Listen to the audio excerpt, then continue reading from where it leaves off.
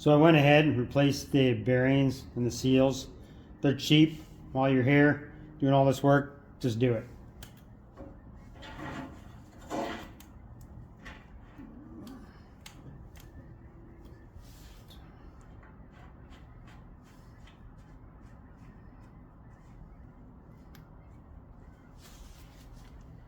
You're going to want to tighten it down, snug it up. You need to seat it. There we go.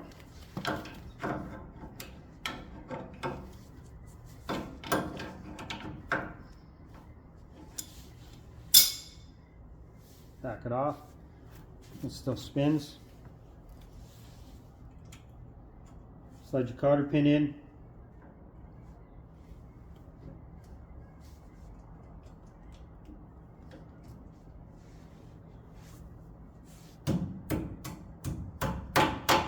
Bend it right over. The new caps on.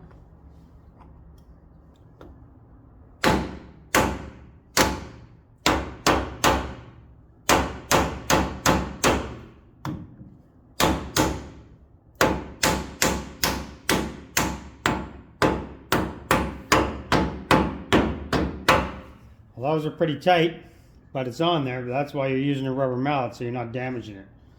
A steel hammer would have just trashed it. Removable caps, so you can put some grease in there. We're going to top it up. Put our dust cap back on.